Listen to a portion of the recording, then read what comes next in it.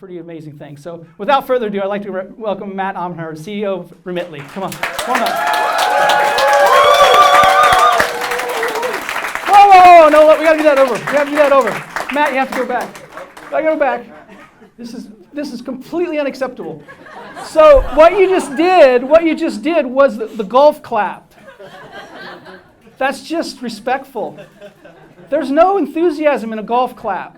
You have to stand up and get off of your butt and clap like a screaming, yelling rock star that he is. So without further ado, I'd like to welcome Matt Oppenheimer to the floor. Come on.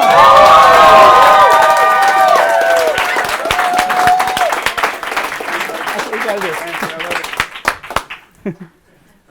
Thank you, everyone. You know, we do the stand-up thing. Most guests hate it because it's weird. But we've just done it ever since we started, so I just keep doing it. We do it for two reasons. One, I like to embarrass the guests a little bit, and two, I like to get people off their butt because some of them have been sitting there for 10 or 15 minutes. So there is a method to the madness. Yeah. So Matt, welcome. Thank you for being here. I think I look back; it's been almost 3 years since we saw each other, or at least on this platform. So a lot has changed from your company standpoint. Why don't you tell the people, at least give them the elevator pitch, like what the heck is Remitly, right? Yeah. And then we'll go into some details and talk about it. So if you have any questions, they're just burning a hole in your brain. Go ahead and ask them. If you can hold it, which I would prefer, but you don't have to, hold it to the end because we'll have a Q&A session at the end. So we'll do about 45 minutes-ish of interview stuff, and then we'll have the Q&A at the end. But if you have a burning question, go ahead and interrupt me. It's not a big deal. We'll be completely fine. So don't be afraid of an interruption with a question. So. Awesome. All right. So Remitly Overview. That's one of these. No, that's. Hello. You're good. Yep. You're good. All Yeah. right, let's use this. Yeah. All right, so Remitly, what we're doing is we are transforming the lives of immigrants and their families by providing the most trusted financial services on the planet. And if you look at our customers who live and work outside the country they were born, the center of their financial services needs are remittances. And so that's our primary product. That's probably how you know of us. You think of Remitly in the name. And we're sending about $6 billion a year. We have about 1,000 people worldwide, but ultimately it's a very mission-driven company focused on our amazing customers who make big sacrifices to send money back home. And we'll be launching our next financial services line later this year in addition to remittances. So that's what we're doing. Yeah. So you started this because you were in Africa, doing some really great work.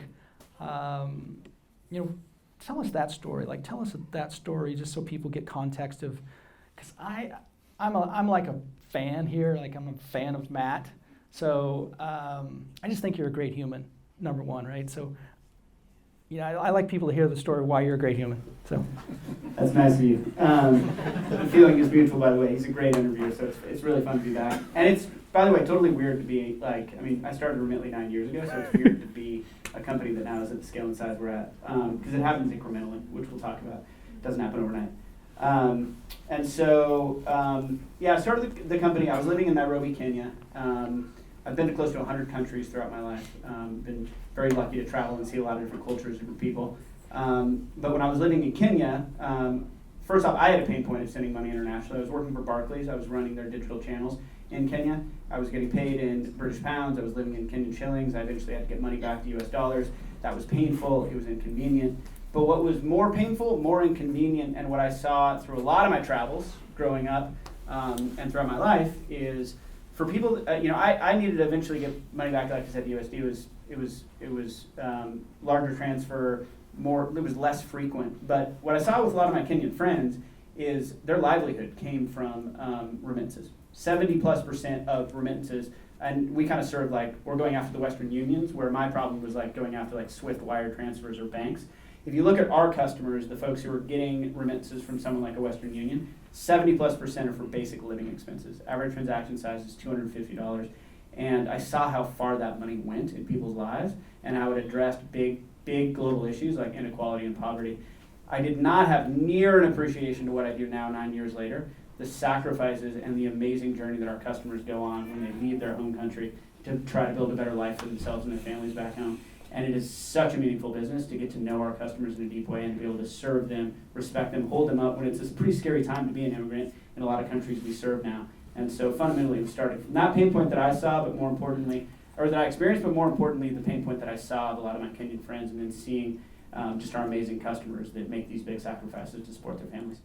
Yeah, and when you started, when was the first time you did your first transaction? Yeah, so remittances are highly regulated. There's a lot of barriers to entry. And so I started the business in May 2011 is when I left Barclays. We did Techstars Seattle pre-product, and that was in 2011. We ended that in October. We didn't do our first transaction until we got our first license in the state of Washington, and that was the following April. So it was like a year after I started the company was our first transaction. And we only focused on Washington State to the Philippines was our sole focus early days. Yeah, and that's what I was getting to, is the fact that you just started literally one country, one state. Yeah. And now what is that number? Yeah, we send between 700 corridors, meaning we send from 16 countries in Europe, North America, and Asia to 46 receive markets. The focus is key. We can talk more about that if you want, but it was key to our success. Yeah. So let's talk a bit about, going from, because the last time we talked, like the 3-ish years, it was probably 50-ish employees, 50, 60 employees. So some dramatic growth going from 0 to 50 is nothing to sneeze at. It's still hard, but going from 50 to 1,000, 1,100 is different hard. So very different hard. So talk about that part of it.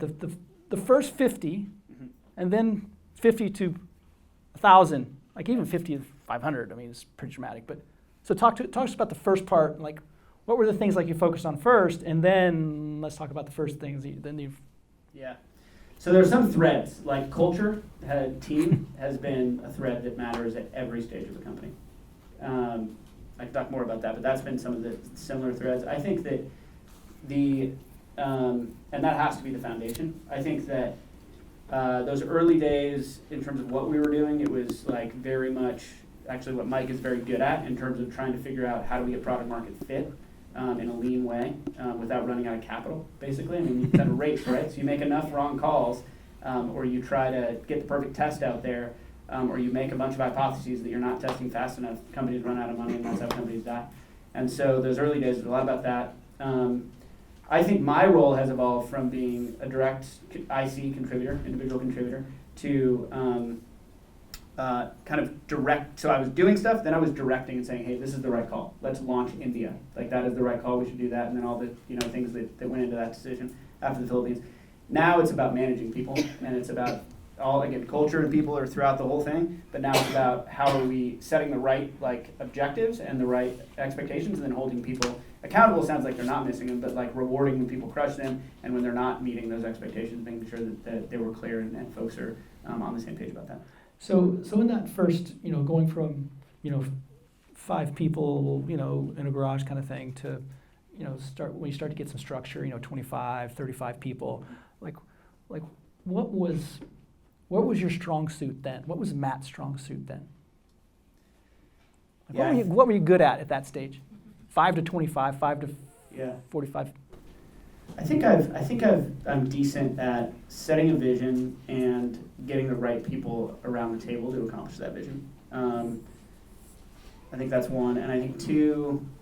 This is true of definitely any early stage entrepreneur. There was a lot of tenacity. If I put my mind into something, I will not give up. Yeah. And I can tell you a lot of stories if you want. I don't want to ramble, but there were so many early days where I was like, all right, well, the company's not going to exist tomorrow. now that I've addressed that, let's figure out how we make the company exist tomorrow. Yeah. So the tenacity is key. And there was a really good, I'll just elaborate on that one point. And but during Techstars, it's a mentorship program, accelerated program. You have a lot of great mentors. I wish I could remember this mentor's name so I could give that person credit. But he said it in a little more crass way. He was like, find something that pisses you off. But his point was, find a pain point or a problem you're trying to solve, and then don't fall in love with the solution. Don't. Your solution is probably wrong. Yeah. Ours it is wrong. It is I'm almost guarantee you it's wrong. You can give it. this is what you do in terms of advising companies. But I think a lot of companies fall in love with their product, their solution. They don't fall in love with the problem they're trying to solve. And I can tell you some of the early pivots we made, but that's where there's this balance of not persevering and being like, this product, people are going to love this product. People love your product, like, people aren't going to love your product.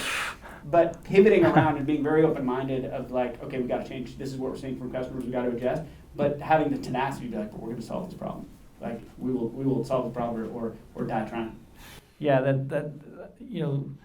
Dan Lewis really, like, he epitomized like falling in love with the problem. Like, he fell in love with it. He was interviewing a truck driver. I mean, he fell in love with it, right? And that's the key here, right? That's the key of why you've gotten where you've arrived at, is because you just laser focused on that part of it. Like, your problem is bad. I already know it's bad. I know that everyone's idea right now, the first idea, is wrong. What I don't know is I don't know where it's wrong. And that's the key. Like, I don't know where it's wrong. Like, you didn't know where it was wrong. And every mentor's saying, you just keep going forward, Matt. You'll figure it out. And that's the tenacity that you have to have. Mm-hmm. So, kudos to you. But that's the learning that he just said is really important, is understand. Yeah. And talk to me about you've got structure now. You've got a little bit of structure. You probably have an HR person. There's some things you've got now at 50-ish. Mm-hmm. And now you're like, okay, now we're going to 500.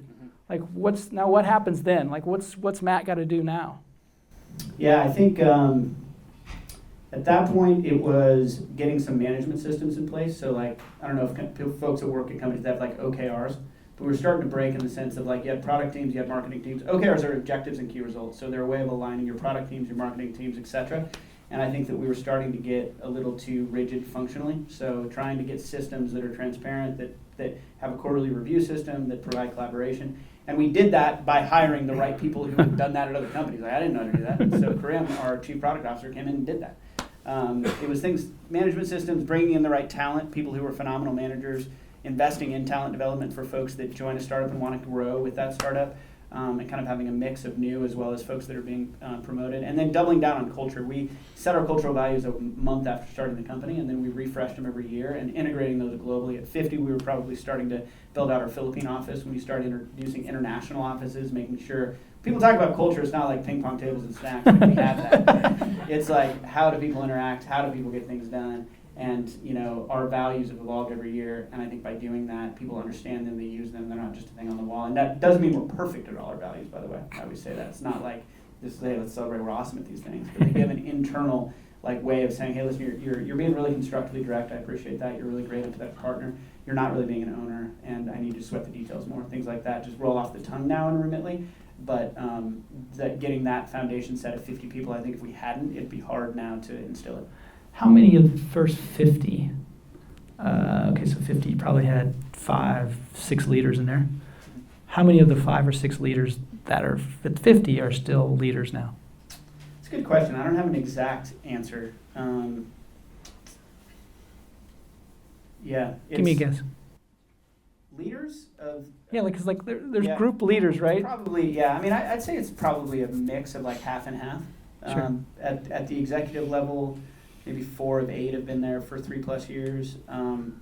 If you look at the layer below that, it's going to be slightly like, sure, you just had to grow faster, so hire more people, but you see a lot of the leaders who are still there.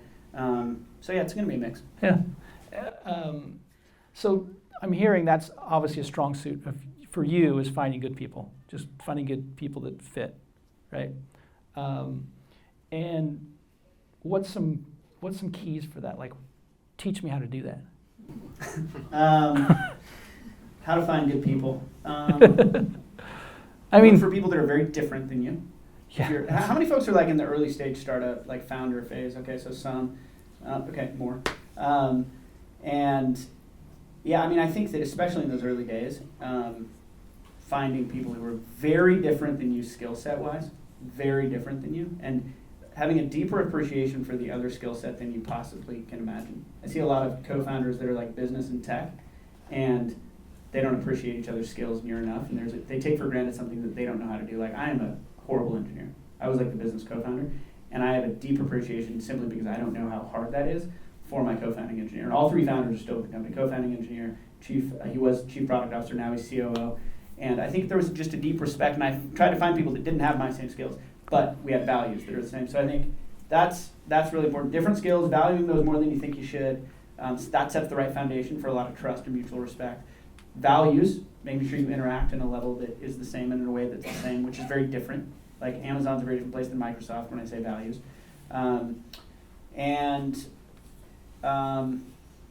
Just takes a lot of time, networking. Like I met so many people in the early days. But it's like when you're hiring like your fourth person, that's like 25% of your team. Yeah. If I was hiring 25% of my team tomorrow, I would be like not sleeping tonight.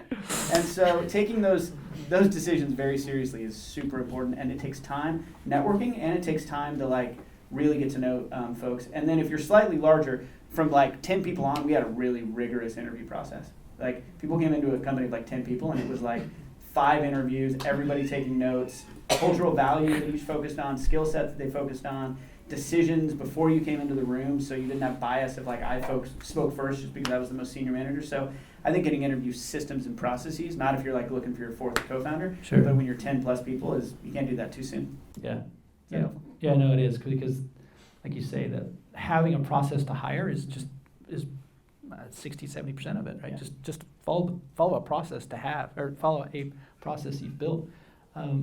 Where's the gotchas in the hiring process? Like, because I mean, to go from 100 to 1,000, significant growth. But granted, they're all over the world and not just here in Seattle. And by the way, how many is in Seattle? About 250. Okay, so 750, 800 people outside of here.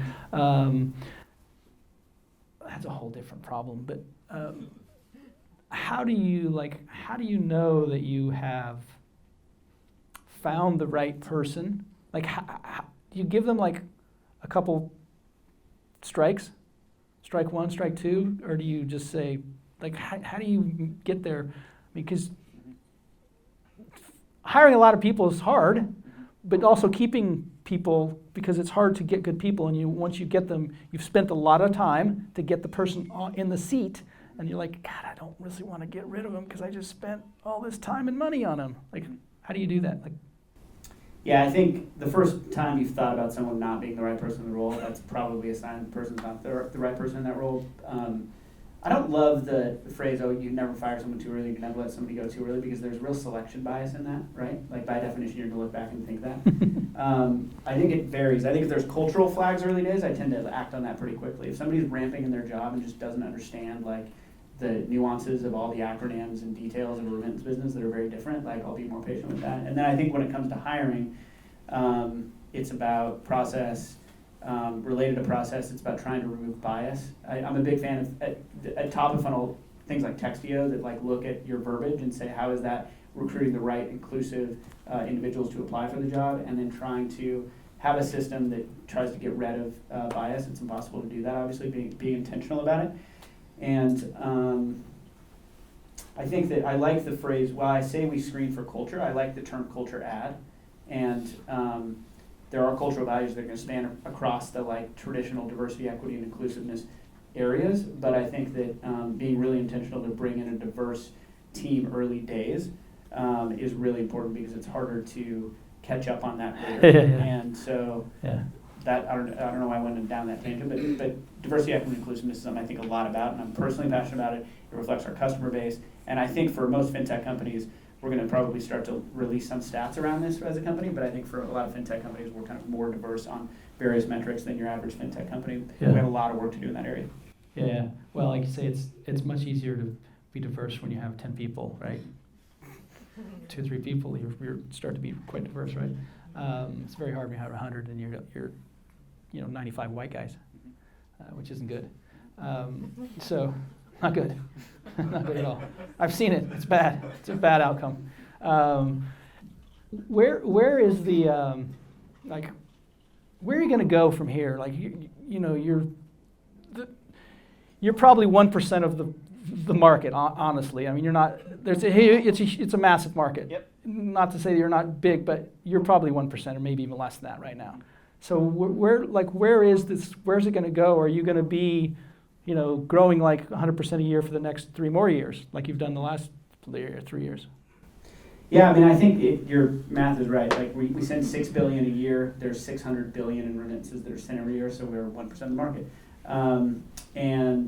We have grown tremendously every year. We serve about 2 million customers. There are 200 to 250 million people that live and work outside the country they're born. So priority number one is we just launched a lot of new markets, and it's to continue to serve and grow in the markets that we just launched. And then the second priority is to launch our next financial services line, and I'm really, really bullish. The thing about remittances when I started the business is I used to think it was about speed, about cost. Those things matter. But if you put yourself in the shoes of one of our customers who makes $30,000 a year, who is sending $250 of their hard-earned money to be picked up in cash in a country like Mexico, who may be in the U.S. already scared to share some of their personal information, what matters the most in that? And by the way, you're going from like the local corner store, which is where 75% of remittances are still sent. You're giving somebody cash you know, trust, have a relationship with them. You go from that to a nameless, faceless digital provider. That is freaking. That is scary. It all comes down to trust. That's what it comes down to. And so I think we've done a good job of building that top of funnel trust and awareness with customers, but we still have a lot of work to do there. The good news is once you've built that trust, once you build peace of mind with customers, they come back again and again and again. So the biggest thing for us is add more customers and get the awareness out about our product across a lot of the new markets we just added, and then leverage that trust that we built to say, hey, listen, we have a wide range of financial services that we can offer you, not for our benefit. We had a team working on it. It was not like nice to have. The next financial services product we're going to launch, I think is going to be transformative, and is going to be independently marketable. While we can leverage the trusted brand of the 2 million customers we have, I think we can independently market and bring in customers with this next product, and there's a lot of synergies with it with remittances. And obviously I'm not saying what it is today, but you'll hear about it soon. Yeah. And this little dog has made your business.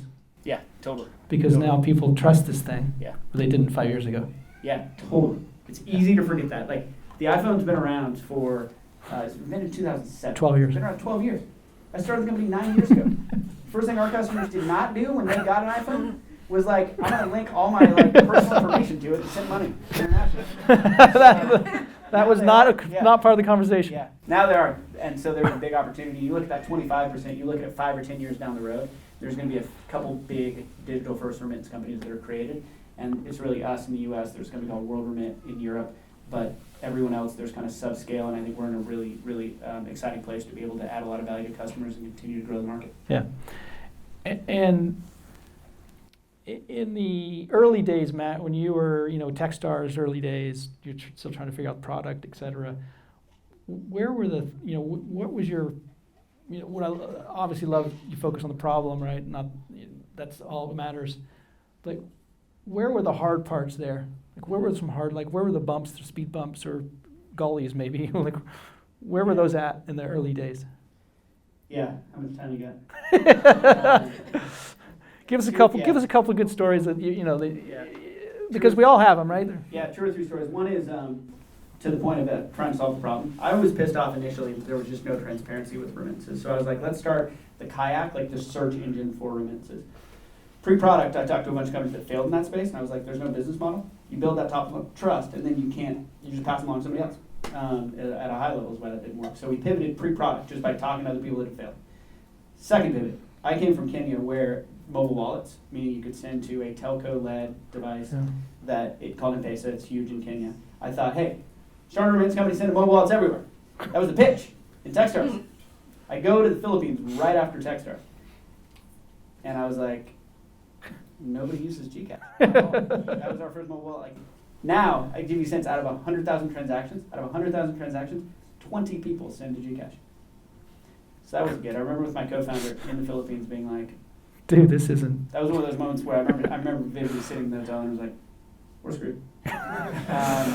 And so that's where we pivoted, added a wider range of disbursement locations. There was an 800-pound gorilla in the room called Zoom. They eventually went public and then sold to PayPal for about $1 billion. And so it was we were closer to them, which was harder from raising capital. We always got the question, how are you different from Zoom? But it was the right thing for the business because that's what customers needed and wanted. So those are a couple. What else? My co-founder, we had 3 co-founders. I mentioned my third co-founder got stuck in India with visa issues during Techstars. So I was in Techstars by myself. The third co-founder hadn't joined yet. And he was doing Techstars from India because he couldn't get his visa approved. And to the Tenacity point, I showed up at the U.S. Embassy in Delhi, and I was like, I'm here to meet with the head of the immigration department. They were like, who are you? I was wearing a suit. I was like, I'm not Oppenheimer. They're like, oh. They called the guy. Oh. And they were like, who's this guy? He said, who the hell are you? Like, he's not going to be with you. And so then I eventually like just kept trying to get to meet with this person because and he eventually met with me the day before I left.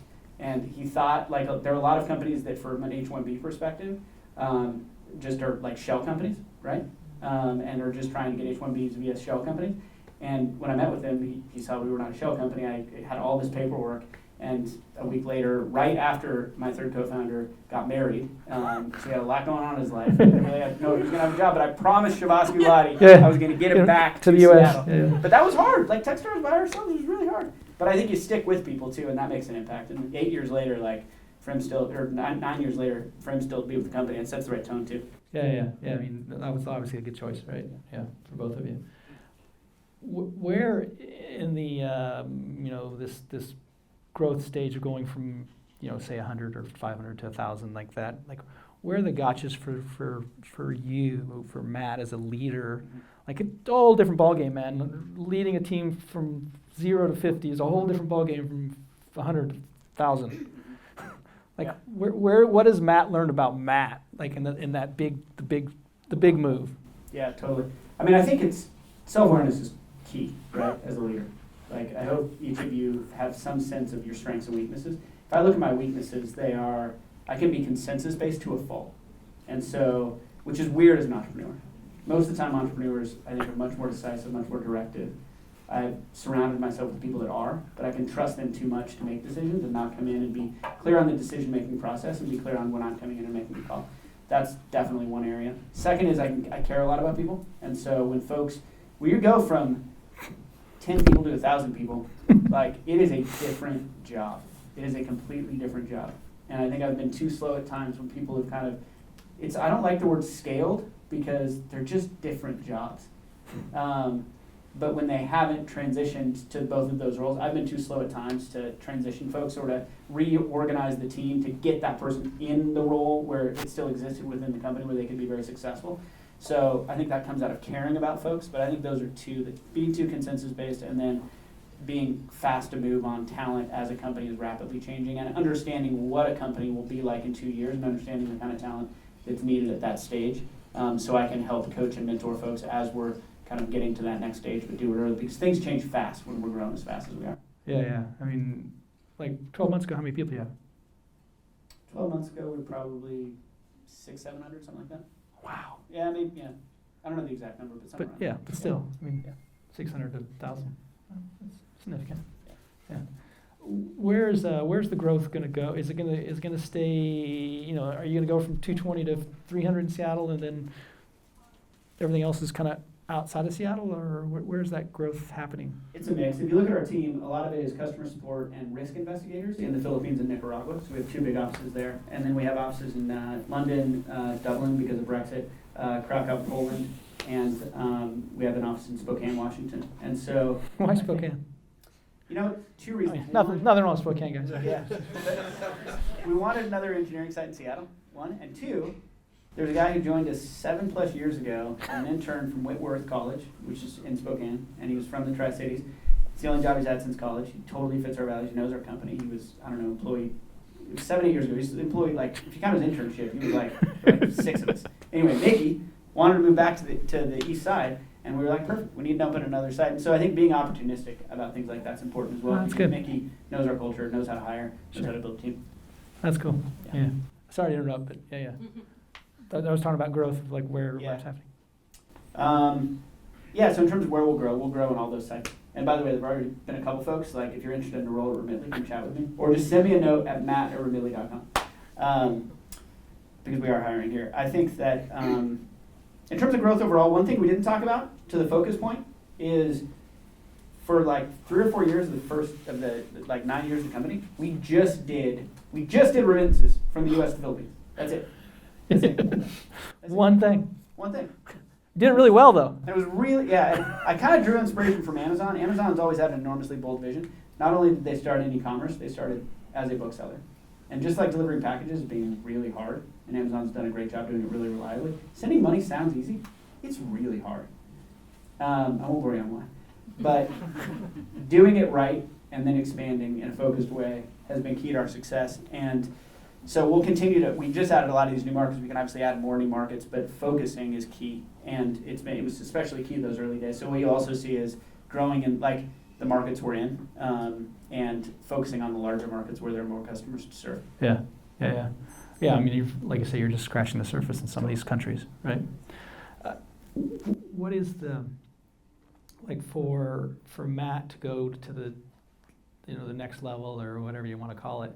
What's Matt looking to do to be bigger, faster, stronger? And I'm saying this for two reasons. One, what does Matt personally do? Like just self-awareness is part of it. Like, what do I need to work on to be smarter? But two, like, who do I surround myself with? Like, what do I need to do in that aspect as well? Like, how do I need to change the company or not? Yeah. But what are those two things like? Yeah, so the first part, I put together a development plan for myself every year. I ask one director on our board. Now it's natural because we have a talent compensation committee, but I always ask the director, give me 360 feedback, and then take that feedback and try to put together a development plan. So my 3 areas, and then I share it with the company. I share it, I used to share it email, now I talk about it at a team meeting. The 3 areas tied to some of what I talked about. One is being more decisive and directive and being clear on decision making. Number 2 is around up-leveling it and like improving our strategic planning process, which strategic planning is a broad word, can mean 1,000 things to 1,000 people, but we can up our game, I can up my game as a leader to help lead the company with that. And then the third is just continuing to hold a high bar for the executive team and the team overall, and to kind of see any corners or anything coming in the future. So those 3 areas. If you look at how I do that, we have an amazing board. We've been lucky with our investors. Yeah, you got a really good board. Yeah, it's amazing. So the founder of Capital One, who's an amazing leader in person, and kind of a person that I look up to culturally, not only in terms of what he's done. Nigel, I talk to all the time, and he's an amazing board member and mentor. The second one's just complete luck and privilege, but my aunt is an executive that, and folks in the audience know her. She's managed tens of thousands of people, so her skills for the scale we're at, I call her and talk to her all the time. But I found that different mentors are good for different stages. Sure. Like, I won't name the other mentors early stage, but I think being clear about what you need in those early days, I need to know, like, what the hell is the term sheet? Like, Sure. how do I figure out this dynamic with my co-founder? Yeah. And I had a list of folks that I could call at that point. But folks want to give advice to good people that have a bold vision, that are doing good things for the world. So don't be afraid to ask people for advice. And it's different advice now versus like what I mentioned in terms of who I go to for advice now. Yeah, you've got to, like I say, you've got to find different people to help. Absolutely. Yeah. Where is the, who's your best friend?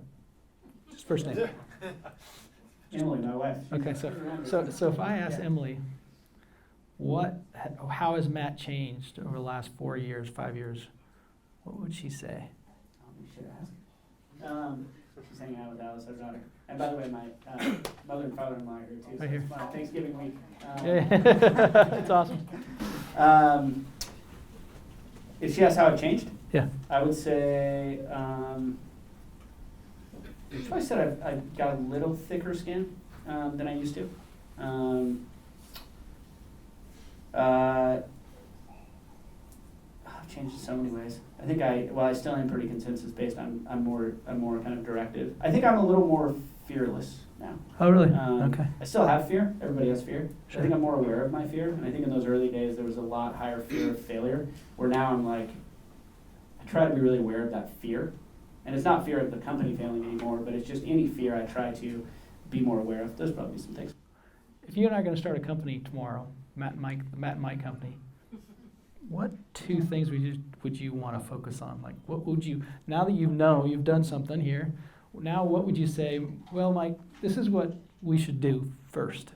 Like, what would you, like, remember, half the audience is in that stage. Yeah. Yeah. If it were you and I, I'd say let's hire a phenomenal engineer. Exactly, because neither one of us are. Assuming we're building a tech company. The second thing I would say is let's figure out how the heck we get product market fit as fast as humanly possible. And the third thing I'd say is let's define our culture. Even though there are like 2 and soon to be 3 of us, let's define that at a high level so we're clear about that from day one. Yeah, have that conversation. Yeah, that's awesome advice of any time you have a co-founder, because co-founder squabbles happen all the time, and sometimes the demise of a company because they just get too ugly. So you can't have the conversations with your co-founders too early, and you can't talk about the bad things too early. Like, what happens if you want to leave? Have that conversation. Yeah. Like, you need to have that. Like, those are important. What happens if we disagree? Vehemently, what do we do? Like, what advice would you give us on that? Just co-founder advice, like how to work with your co-founder. I mean, I think it does come back to like appreciating the other skills more than you probably can imagine. That is foundational. And I think it ties to, I think a lot of co-founders early days like start getting bickering around like equity splits and things like that. It doesn't matter. It really doesn't. Like there's sometimes, but being inquisitive about that those early days, like, not to say we never had conversations with co-founders or early investors around equity, but using it as an inquisitive opportunity, is it a lack of self-awareness, is it whatever it is, as opposed to coming in and being like, all right, you get this and I get that and my skills are more valuable than yours. I think just coming with a lot of humility and knowing that each one of those early conversations will set the foundation for your relationship with your co-founder, which is just super, super important. Yeah. Did you guys work together before you were co-founders? No, my first co-founder I met, he disputes this. We had slightly different versions for the punchline that I like is we met via Twitter. The second co-founder, he was our lead mentor in Techstars. And so... really? Yeah, so both co-founders I'd never met. I met a bunch of people, though. Before Shavas, he was our first co-founder, who I met kind of via Twitter. Before we decided to work together, I probably met 20 or 30 people. Yeah, about being co-founder. Yeah. Oh, also, I wrote a job for a CTO. 9 years later, never had a CTO. Still done that I stuff. had no, I mean, talk about humility. I had no idea what the hell I even needed. And so, yeah, one I met via Twitter. The other was our lead mentor in Techstars. So also look for co-founders and, places you wouldn't, and aim high. Like, I was like, we were loving working together, and I was like, hey, you ever think about it? And he had sold his previous company to Amazon. He was CEO. Talked about self-awareness. He was like, I need a strong CEO. I don't want to be CEO of my next company. He's really off the charts intelligent. I'm of average intelligence, and I don't say that to be like self-deprecating. My co-founder Josh is off the charts IQ. Like, he is so smart, and so I trust him to make a lot of tough calls and complex calls. So anyway, he'd sold his last company to Amazon. He wanted to find a strong leader. He had told me all these things, and I was like, hey, you want to join? And it was like a 3-minute conversation. He's like, yeah. And then about to have his third kid, and a week after his third daughter was born, he was quitting Amazon and joining this startup. While one founder was stranded in India. So that's awesome. It's perfect. It was perfectly aligned. But I'd never met him. Yeah, and also this is funny. I thought it was when you get a lead mentor, you think it's perfectly assigned and all that. He was gone for the assignment, so he showed up, and nobody picked us. We were that's awesome. On whatever the field getting picked. Nobody picked Remitly. And so he was like, all right, I'll take Remitly. I don't know it, but I don't even know what it does. That's awesome. You feel free to ask questions to guys. If you have a question, throw your hand up, and I'll grab it. Go ahead. You said earlier that you started just focused on the Philippines, and that was so crucial to your success, was having that little target. Mm-hmm. Yeah, I mean, I think it comes back to the point around limited resources. And if we would have tried to build this everywhere, then we either would have built a crap product that wasn't reliable over time, or we would have run out of money because we wouldn't have gotten product market fit. And so I think that focus was helpful for us. It made us grow slower though, because we didn't get some of the organic growth. World Remit got a huge amount of organic growth by going broad fast. And all the investor conversations were oh yeah. Cool vision, but can you just say anywhere outside the Philippines? And I was like, yes. And they were like, how do you know? I was like, trust me. It was hard. Those early rounds were hard, but it was the right thing to do for the business. And it made it, like I said, not run out of money and build more reliable product over time. Yeah. Yeah, you can't boil the ocean, right? There's no way. A couple times earlier you mentioned the obvious importance of building trust with your customers. How do you do that? Can you give us some details? Quite. I just want to repeat the question is, how do you build trust with your customers? Yeah.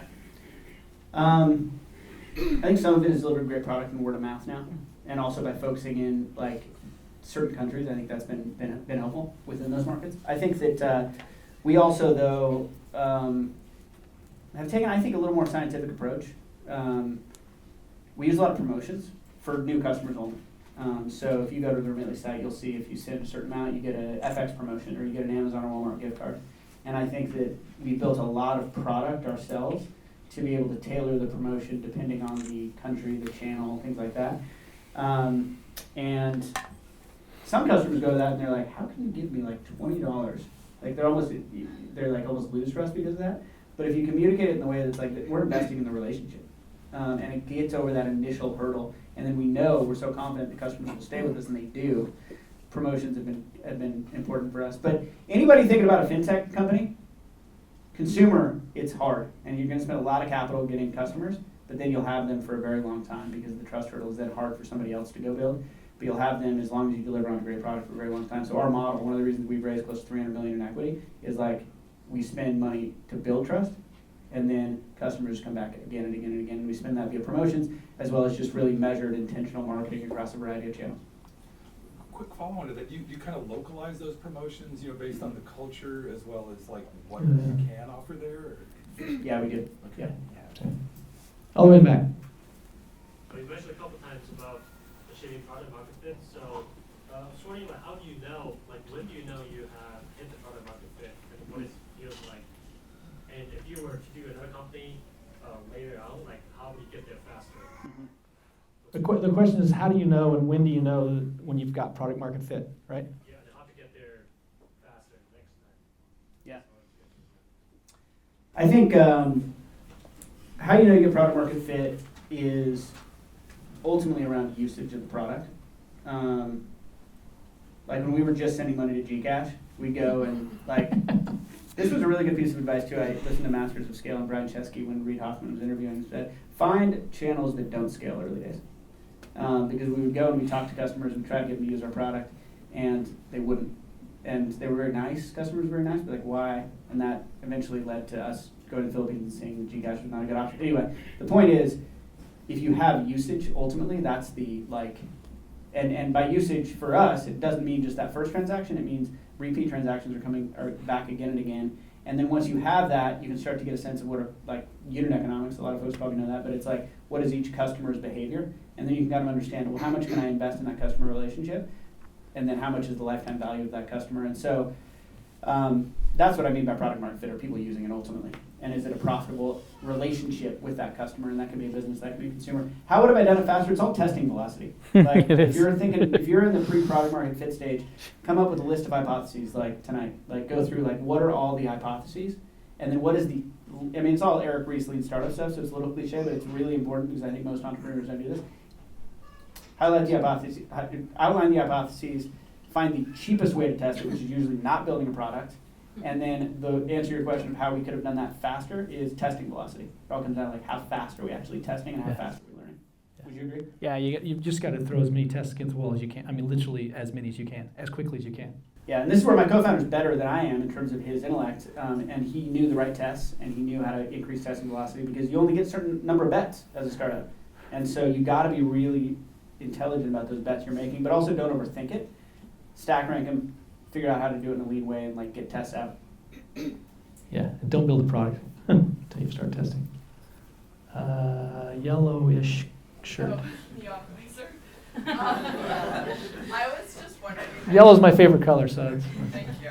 I was just wondering. You talked about how like don't build your product before you test it, but they say the ideas are the most fragile, kind of in their infancy. So you would still recommend like going to users and being like, here's my idea, but I don't have a product yet. So like, what do you think of this? Is that your recommendation?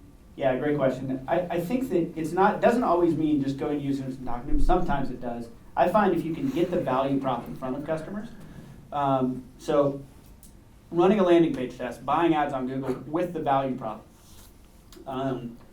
you'll see what the conversion is. If nobody's buying the product once they land on a landing page, then that's an issue, right? And you can iterate the value props, and then that should inform what you're building. And you can ask customers that are going through that flow at the end of it to say, great news coming soon, we'll notify you as soon as it's available. And so you've got a wait list that's coming. That's what we have with this next product we're launching. It's kind of a startup within a startup. We have thousands of customers on a wait list where we've iterated the like value prop, and we've let that inform our product roadmap. So I think it's not talking to customers is helpful very top of funnel, but then it's about how can you have tests that get customers to act on that value prop or not. So the question, what makes your product remarkable in the market? Is that the customer support? Is that the high touch of the people that call on you? Or like, because transactions are just transactions. It doesn't make it special. It just goes through and that's it. So what makes your product special? Yeah, question is what makes the Remitly product special? And I think that it ultimately comes down to reliability, which ladders up to like we bring peace of mind to our customers. And when I said that delivering money is complex, we're dealing with like developing country banks. Like Western Union doesn't want to put their customers through hell, but they do because they partnered with the wrong disbursement partners that don't have the right integrations. If you look at the middle of the kind of transaction, we have to prevent nefarious actors from sending money for drug trafficking or money laundering. Not only do we need to do that, we also need to make sure that our good customers aren't treated like criminals. And so if you look at a lot of the reviews for money transmitters online, it's good intent and it's bad reliability and execution. And I could keep going through the stack, but you kind of get a sense of some of the complexity. And that's where I draw the analogy to Amazon. Amazon didn't win because they like had the novel idea that you should order something online. They won because that's really hard. And like I can order from Amazon now and I know it's going to get there and I don't have to worry about it. And I think that there starts to be a flywheel effect in our business as well, because the more transactions we get, the more we can invest in our product. And also the lower we can charge, because as a new entrant, like as money transmitter, banks just like laughed me out of the room. I can tell you a bunch of stories on that. That also ties to perseverance. Like going to the Philippines and trying to find a partner to do cash disbursement, no product, no licenses, no anything, is very different now than when we're sending $6 billion and we're like, we need a better deal on behalf of our customers. Yeah. We can do that, pass along those savings. So scale matters, but ultimately the reason our product is better is because we're more reliable, and we, not only through that, but the way we communicate it, I think brings peace of mind to customers in a transaction that is ultimately very anxiety provoking and very scary. You said fall in love with the problem, but don't fall in love with the solution. What did that look like in your experience growing this company? And then when you have had to pivot, when do you know you absolutely have to do it? Because you know that's a huge thing when you shift course like that. Yeah. When do you know you have to pivot? That's really when do you know that? Yeah, when customers aren't using the product. And we probably waited too long, honestly. Like, I spent a lot of time at South Center Mall. We rented the booth that's like in front of the equivalent of like a Western Union branch outside of Seafood City and outside of Jollibee, which is a popular fast food chain in the Philippines. And we talked to customers, and customers, like, that's the other thing. Customers won't always be like, because there's nothing in it for a customer who, like, I'm in the mall who I don't know to be like, hey, Matt, I don't know you, but I'm just going to be really direct. Like, your product sucks, and I'm never going to use it. So why are we even talking? Customers were polite. It's once I went to the Philippines and saw how bad that network was. So how do we know? It was ultimately, even though customers were telling us nice things, they just weren't using the product. But more importantly, what were examples of your solution being wrong? Yeah, in that instance, it was customers wanted to send money in the Philippines to Banco de Oro, to Philippine National Bank, to all these other locations to pick up cash, and we didn't offer those locations. So they looked at our product and they were like, why would I do that? And if I would have been in love with the solution, which I was pitching to investors in Techstars, it would have been like, we're mobile wallet to mobile wallet, and like, we're going to do that, and it's amazing. And instead, I was like, okay, nobody wants to use mobile wallets in the Philippines, so we got to figure out other options. Is that helpful? Yes, you were just put folks in the wrong thing. Yeah. Red jacket. Thanks. So I was curious because you said you kind of conceived the idea when you were in Kenya. How did you come to decide on testing the Philippines as your first location? Yeah. And I also had a second question around, testing the hypothesis, especially, this is easier when it's an online product and you can like track the likes or whatever, but when it's a more traditional product, like how do you do the testing? Yeah, for the first part, we looked at World Bank data where money is sent, and we trusted it a little too much because actually, like, markets like Kenya are much bigger than the World Bank state.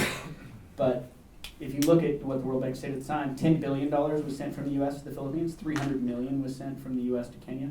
A lot more than $300 million is actually sent to Kenya, but it was 3% and so of the market, Philippines. So that's why we focused on the Philippines. That mobile adoption, higher prices, there was like a little like basic grid I put together. Some of starting business is luck, though. I'd never been to the Philippines. Like, it was strategically smart, I think, but But of you, luck. but you weren't Yeah, sure. some of it's luck. Yeah. Totally. Yeah. I don't know. I mean, B2B, I'm going to offer probably less good advice. I don't know the tactics. You know your business better than I do. All of you know your business is better than I do. I think the number one question is like, what is the hypothesis that I have to believe, and what is the most lean way to test that? Spend the least amount of money as possible.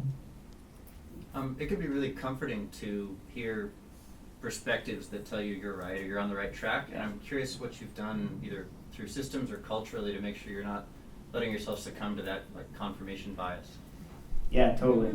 And by the way, I think it's also true early days. So I'm going to start with that because I know folks are on their earlier stage journey, and then I'll talk about it now. The early stage, investors, your customers, there's very little in it for them to give you honest feedback.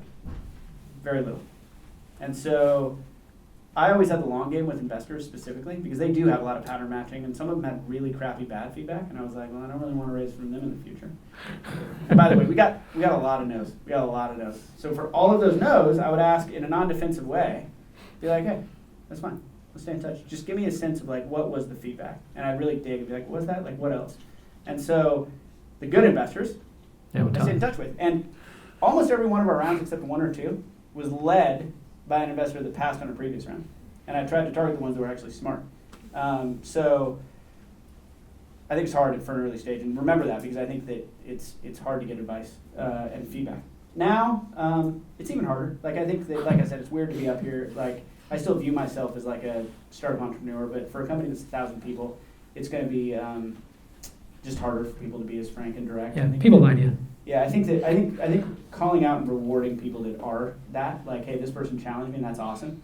And like also having like this happened yesterday where somebody was like, there was an issue where I said not to do something that was the wrong decision, and somebody said, well, Matt said don't do it, and don't do it, and like being like that's never a good reason. Like, it's never a good reason for someone to say Matt said don't do this. It's a better reason to challenge me because I'm often wrong. And so I think trying to hold up success stories when that happens is really important. Yeah. Yeah, because as you get larger, the people at the bottom don't know you like the people at the bottom when you were 20 people or 50 people. So they can actually challenge you because they know you well enough to say, no way, Matt, that's not going to work. And you're like, cool. Yeah. But the person down at the bottom, he doesn't have that. Totally. And the one other thing that came to mind, I think engagement surveys are extremely important, anonymous, because what I was talking about was more anecdotal. I think there's engagement surveys, if they're anonymous, teams know they're anonymous, they're really good tools. We use a tool called Culture Amp, are really powerful in getting good systematic feedback. Because I can't talk to all 1,000 people in the company now, but it gives me the visibility and each manager the visibility to understand what's going on. A couple more questions, guys. Hey, man. So working with diverse teams globally, what would you say would be the most common trait or value that everyone has that gets everyone on board with your mission? Yeah, so we have a list of 14 values. I would say they're in no particular order except customer centricity. And people who join our company, it's like not your average customer. It's an amazing, amazing customer base that we serve. And so like everybody around the globe rallies around that. And we did this thing called Customer Day last week that was like, I won't talk about it now, but that's why everybody's there. Yeah, customers are important. One question? Go ahead, Liz. Marketing, challenging for everyone. I feel like most of the tech startups that I know or hear of and interact with are focused on people that are very tech savvy and that are always out looking for the coolest new thing and want to support that up and coming. You had a really interesting, challenging target market and a huge competitor. How did you reach your market? Yeah, they're not early adopters. How do we reach our market? Yeah, you talked a little bit about some pop-up tables, but I think what was great about focusing with the Philippines is we could really get to know the Filipino community in Seattle. I joined the Filipino Chamber of Commerce Pacific Northwest. We brought on as an advisor the former president of the chamber, who's still a good friend. And we tried to like hire folks both. We hired in the Philippines early, and then for some folks that were hired there, like this guy Stefan, who was our first like 4th or 5th hire, and he really wanted to join the company and then move to the U.S. He's been in the U.S. for 8 years, so trying to just really hire diverse folks, bring on advisors, myself get involved in a genuine way, so it didn't feel like we were just coming in and trying to sell something. I'd say one of the more challenging things is it's harder to raise money for a problem that investors don't see, right? And so explaining it in a way that investors can understand was a challenge early, and now they get it. They see it in the volume and all of that. But I think there's way overfunding of like, take your next tech problem, and way underfunding of like really meaningful problems like the problem we're trying to solve, because it's harder to explain to investors. They understand it at a 600 billion cent level, but like your question gets asked by investors all the time, and yet I've gotten better at explaining it because they don't understand our customers and really who they are and what they think. That's the key is the customer, almost always. Yeah. Amazon's proven that. One question, if anyone has one. One last question. Go ahead. You mentioned before the importance of consumer trust in smartphones sort of being critical to adoption. So I'm just curious if you think of Remitly as a mobile-first product, or if it's evolving that way, and what some of the challenges, for example, in the Filipino market versus maybe Nicaragua in terms of different smartphone adoption. Yeah. So is it a mobile first product? Is it a mobile first product? Yeah. Yeah, that's right.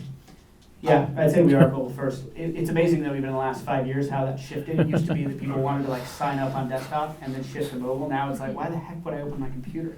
And customers expect that, right? And so I think there is a bit of a shift internally about how much we're investing in mobile and specifically our app versus maintaining legacy systems. But I think to the point about focus, like we're definitely mobile first, and mobile's the platform that is going to be the future and already is in a lot of ways. Is it a significant difference like in Nicaragua versus Philippines, or do you see everyone kind of starting from the same place nowadays? There's some difference, but it's increasingly converging. Yeah, that Yeah. makes sense. Thank you. Yeah, so there's not much. I mean, if you look at the, top 50 markets for you, the mobile usage is probably pretty close. Yeah. Like it's whatever 78%, whatever the number is. Yeah. Where 5 years ago, dramatically different, right? You had some super low ones, and yeah. Well, thank you, Matt, for being here. Thank